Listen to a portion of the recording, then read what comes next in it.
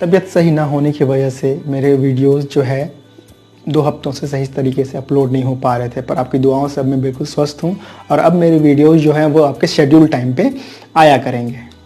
तो आज आपके पास जो कुछ भी है, क्या आप उससे संतुष्ट हैं? अगर नहीं तो कल आप सब कुछ पा लेंगे, फिर भी आप संतुष्ट नहीं रह पाएंगे। तो वो कौन सी चीज़ें हैं जो आपके पास होते हुए भी आप संतुष्ट नहीं हैं?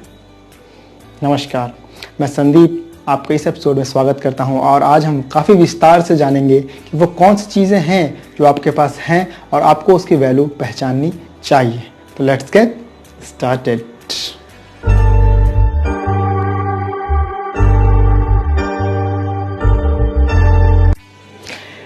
तो पहली संपत्ति जो आपके पास है और जिसके बारे में आपको बिल्कुल भी नहीं पता, वो है आपके माँ बाप। जी हाँ, सही सुना आपने, माँ बाप।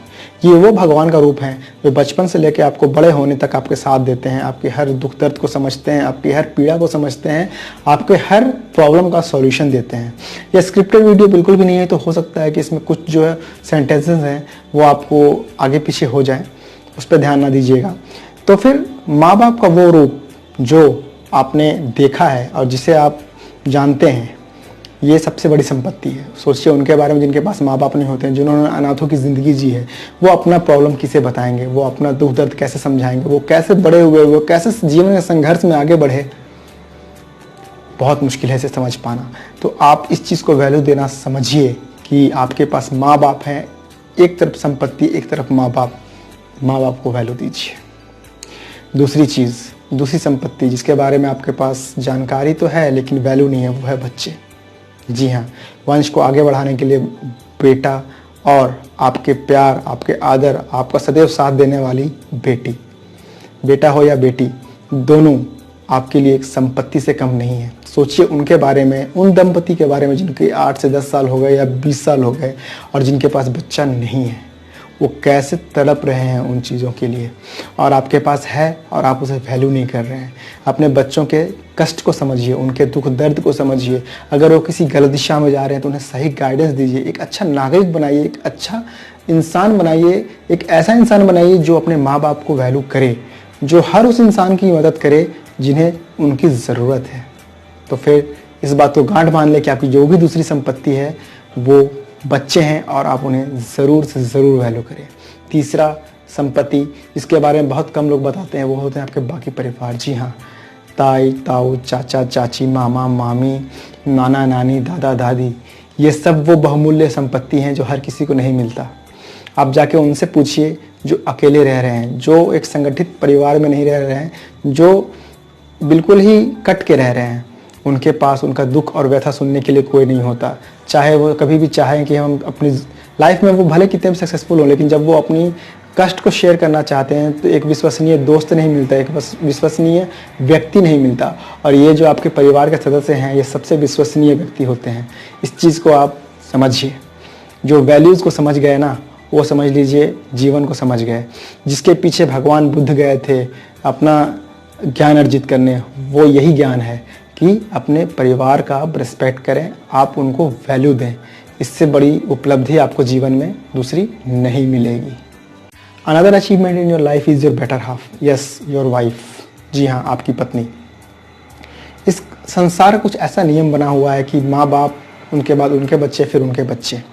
तो जीवन को जीने के लिए एक ऐसे मित्र की ज़रूरत होती है जो आपका हर एक क्षण, हर एक चीज़ में आपका साथ निभाए, और वो होती है आपकी पत्नी।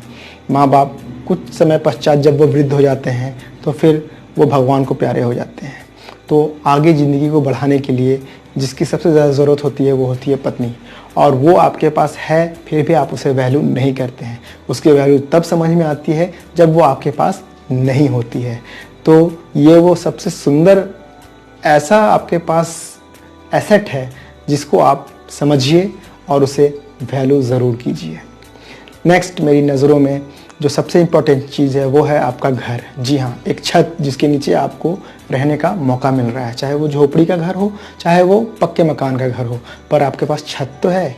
सोचिए उन लोगों के बारे में जो बेघर हैं, जो रास्ते पे सोते हैं, जिनके पास गर्मी हो, बरसात हो या फिर सर्दी हो, सोने के लिए इनके पास छत नहीं है, जहाँ वो अपने अपने बच्चों को छुपा नहीं सकते हैं।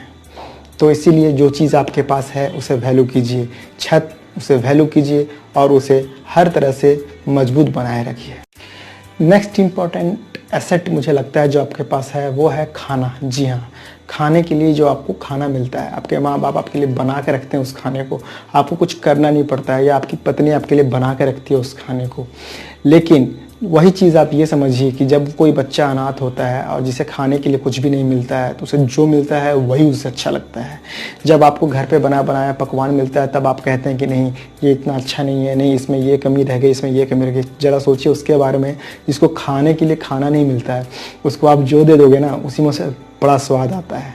तो खाने के वैल्यू आप करो और आप ये चीज़ समझो कि जिनके पास कुछ नहीं है उससे आप लाख गुना अच्छा खा रहे हो, तो अपना कंट्रीब्यूशन ज़रूर दो। कोई मेहनत करके आपके लिए खाना बना रहा है तो उसे आप बेइज्जत मत करो, आप उसे ये बताओ कि आपका खाना बहुत अच्छा बना है, इसमें और इस चीज़ को किया जा सकता था, ना कि उसे दुत्कार देना है। तो खाने की वैल्यू सबसे इम्पोर्टेंट होती है। नेक्स्ट जो मेरी नज़र में एस्पेक्ट आपके पास, जो एसेट आपके पास है वो है पढ़ाई। जी हाँ, पढ़ने के लिए आपको किसी भी तरह से, किसी भी माध्यम से स्कूल की ज़रूरत होती है।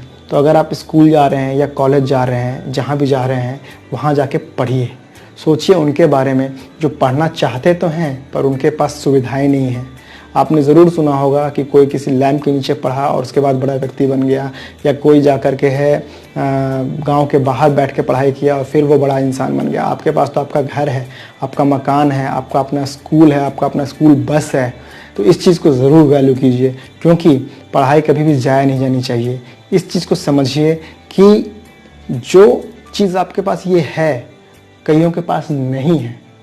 ये वो संपत्ति है जो कि ऑलरेडी आपके पास मिला हुआ है, जिसके लिए आपको कोई हार्ड वर्क नहीं करना है, कहीं से अर्न नहीं करना है, बस उसे भुनाना है। यानी कि उसे आपको बस सहेजते जाना है और यूटिलाइज करते जाना है।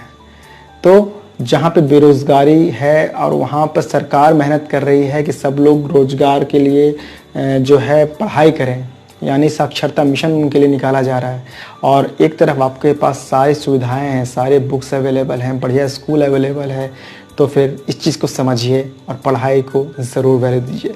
Last but not the least, जो बहुत इंपॉर्टेंट है हमारे लाइफ में, अगर आपके पास अधिक है तो आप उसे दान कीजिए। बहुत से लोग जो है सोचते हैं कि क्या दान करें। कुछ भी आप दान कर सकते हैं। चाहे तो जब आपके पास कोई मांगने आता है उसे खाना खिला दीजिए, या फिर उसके बच्चे के लिए उसे पैसा दे दीजिए, या किसी एक बच्चे को जो बहुत ज़्यादा आपके पास है तो शिक्षित बनाने का आप जो है दायित्व उठा लीजिए। किसी भी तरह से, ऐसा ज़रूरी नहीं है, अगर आप कुछ नहीं दे सकते हैं तो 1 रुपये दे दीजिए, या फिर आशीर्वाद के रूप में ही कुछ उसे बता दीजिए कि भाई तुम हमेशा जीवन में आगे बढ़ो। दान किसी भी तरह का हो सकता है। अगर अधिक है तो ज़रूर उसे अगले को दे दें, इससे पहले कि वो बर्बाद हो जाए।